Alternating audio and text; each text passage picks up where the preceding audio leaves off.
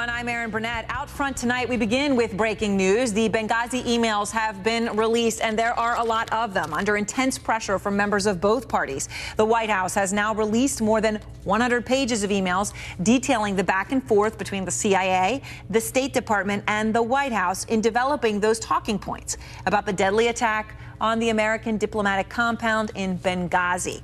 Now, here are the emails. These emails were first obtained here at CNN by Jake Tapper, and we've read through them word for word here. They detail the evolution of the talking points used in the days after the attacks by members of the administration to talk to the media about what prompted the attacks and what was happening on the ground. Now, as I said, I read through every single one of these. There are still a lot of questions, but this phrase, spontaneously inspired by the protests at the U.S. Embassy in Cairo, that crucial phrase is here in every iteration.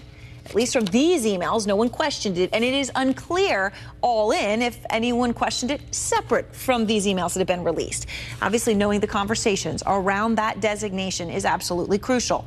We do know, though, the initial version of the talking point stated, and I want to quote it here, we do know the Islamic extremists with ties to al-Qaeda participated in the attack. Now, the final version of the talking points, as we can see here in the emails, a much shorter version, reads this way. There are indications that extremists participated in the violent demonstrations. Now, those may sound similar to you, but let me be clear here about the difference. The word attack is now the word demonstrations, which is obviously very different, and the words al-Qaeda are not there. Now, the White House has long maintained that it made only one edit, which, by the way, it's very clear here, that edit made by Ben Rhodes, it's right here. A stylistic change is what they say it was, not a substantive one, that they changed the word consulate to diplomatic compound. So who should be held responsible for the substantive edits which were made? Are there more key documents that the White House has yet to release? Because even though this looks like a lot of pages, clearly, there were other conversations. And most importantly, does this document dump exonerate the White House? That is the crucial question. And we have a team who's been poring over these documents from every angle. Everything is covered tonight. Jessica Yellen, our chief White House correspondent, is here with me. Dana Bash, our chief congressional correspondent, and Gloria Borger, the chief political analyst for us here at CNN. Jessica, let me start with you with the perspective from the White House. You've had a chance to read through these. And, you know, I know at first it's difficult. You know, you're figuring out when they have to block out all these names from the CIA to interpret what this means. What were the key takeaways from the documents to you? Well, a couple of points, Aaron. First of all, that those two most controversial changes that you point out were, in fact, made by the CIA, not by the White House, which underscores what the administration has been saying all along, that they did not make those changes that they've been blamed for all these many months, and that the CIA made them because the CIA wanted to protect the, as they put it, the integrity of the ongoing investigation. So that's consistent with what the administration has said all along. Now, that helps the White House. On the flip side, there's still fodder in all these emails for the critics. For example, there is an email, as I first reported on Friday, that the State Department took issue with the fact that the attack was blamed on Ansar al-Sharia. That's an al-Qaeda affiliate. State Department did not want that out, and that came out of the final version of the talking points. No doubt critics will hold that up to say that was politically motivated. Now, I should finally point out that the CIA director, we're told, the CIA deputy director agreed with that change. So bottom line, Aaron, there's plenty in these emails for both sides to make their case, which means this issue isn't going to go away anytime soon. No, absolutely. And of course, John Boehner has already requested more data. And on that note, Dana, Speaker Boehner's office, you know, I'm just looking at the note here from his spokesman, Brendan Buck, that we all received, right? Saying, we hope this limited release of documents is a sign of more cooperation to come. They want a lot more information. They do, but we should also remind our viewers that as late as today, this morning, John Boehner had a press conference where he was demanding that the White House do exactly what they did tonight. So, you know, we should make that point clear, because this is exactly what he was asking for. But you're absolutely right, Aaron, that they're saying that this is not enough. He got it. They're saying that this is not enough. They believe that there are other, in their words, relevant documents that the White House still won't produce, but they're saying that this is a hopeful sign for things to come. That's the process. Talking about the substance, Jessica is, of course, exactly right on the fact that critics are saying, well, they think that this proves some of their points. the most specific issue in here is Victoria Nuland at the State Department emailing, this is what Jessica first got on Friday, emailing saying that she wanted things taken out because of concerns about leadership in the building.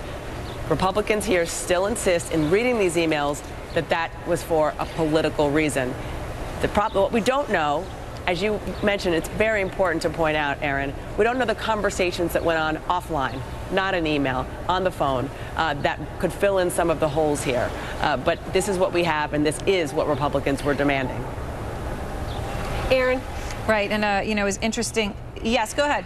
Well, you know, what this really does is it kind of lifts the veil on what was going on internally in the bureaucracy there between the CIA and the State Department. I mean, what we can say now, what we didn't know then, is that Benghazi was really a CIA outpost. More CIA people there than State Department people there. And what Victoria Nuland was saying was, first of all, we have to be consistent when we declassify things. I don't want more information to be in these talking points than I've been able to say from the podium at the State Department. But also, a lot of this detail would have implied, at the very least, that the State Department had not been doing its job in policing Benghazi. And so what you really have here is sort of a group grope, right? Trying to figure out what they can say, because former CIA director David Petraeus goes to the Hill, testifies privately. The folks on the Hill say to him, oh, we'd like to be able to say some of that publicly. And he says, I'll get back to you. So then this gets dumped in the lap of all of these people who are trying to decide what they can release. The White House's main point is this was not political. It was really driven by intelligence. All right, yes, but again, Gloria, I have a question for you just on that front. You know, of course, the Victoria Nuland email, she, of course, being the spokeswoman for the State Department, page 37 of these emails, she talks about the penultimate point, which was the point where, at that point, the talking point said there had been multiple warnings of terrorist attacks. She says it could be abused by members of Congress to beat the State Department for not paying attention to warnings. Why do we want to feed that either? Question mark, concerned. I think as you said, there are things in this email that could exonerate the White House, but that line itself does come off as very political. Well, first of all, it speaks to the distrust for members of Congress almost as much as anything else. And I think there really was a sense of, wait a minute, this isn't our place. This is your people. It's not the State Department. It's the CIA. And so by giving this sense that, oh, there were all of these warnings and we should have known about it, and is something that I think she felt was unfair. I mean, her argument has always been that this was not for political reasons, but just for the fact that she was protecting her turf, and she couldn't say it from the podium, so why put it in those talking points? And Aaron, as demonstrated by how political this whole process has become. I mean, Victoria Nuland was concerned about exactly what has happened, and officials you talk to here will emphasize that the talking points, the emails were just she phrased that badly. It was clumsy, but they say this is a sort of process that they go through with many talking points every single day, and it just they don't really focus on how they're wording it. So these emails, they thought, might clear up the fact that they weren't trying to be strategic or political for anybody. It's just a process. And the one thing that I would point out, Aaron, to you, Dana, do you think we'll get? Yeah, go ahead, Dana. No, I was just going to say point out that the whole reason why they were having these conversations, even drafting these talking points, is because it was a request specifically from here in Congress. A senior Democrat on the House Intelligence Committee wanted them to give members of the committee, Republicans and Democrats, what they can say to the media. And it was an issue of what's classified and what's not what is politically accurate and what's not. Right. All right. Well, thanks to all three of you, and of course raises the questions to those of you thinking about this. I mean, imagine if there had been talking points put out after the September 11th, 2001 attacks, the back and forth that you'd see, the warnings, things like that. You can realize how incredibly complicated this is, whether the administration is a Republican or a Democratic one.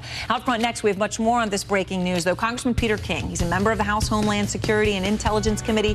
He's asked a lot of questions about this. Is he satisfied?